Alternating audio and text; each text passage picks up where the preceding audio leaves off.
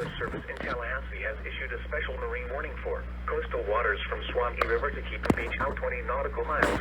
Waters from Suwannee River to Apalachicola, Florida from 20 to 60 nautical miles until 12:30 p.m. Eastern Daylight Time.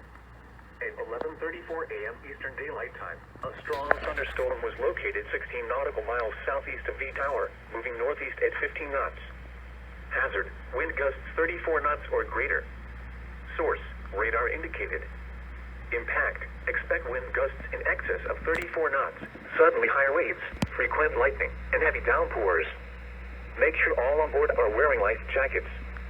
Locations impacted include Buckeye Reef,